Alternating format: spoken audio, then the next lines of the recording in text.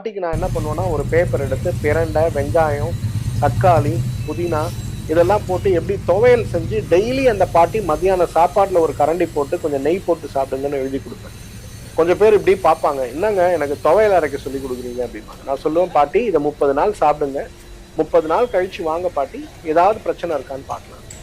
199 பேர் அதை சாப்பிட்டு வந்து என்கிட்ட சொல்லுவாங்க, என்னால இப்ப படிக்கட்டு ஏற முடியுது, என்னால என்னோட வேலையை பார்த்துக்க முடியுது, என் துணியை நானே துவைச்சிக்கிறேன், கோவில்லாம் போகணும்னு ஆசைப்பட்டா என்னால போக முடியுது.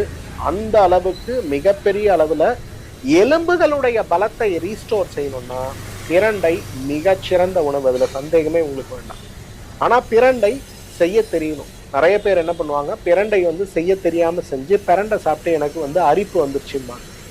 பிரண்டையை எடுத்து அதுல இருக்கக்கூடிய நாரை பதமாக உரிச்சு அதை நல்ல நல்லெண்ணெயில போட்டு வதக்கி எடுக்கக்கூடிய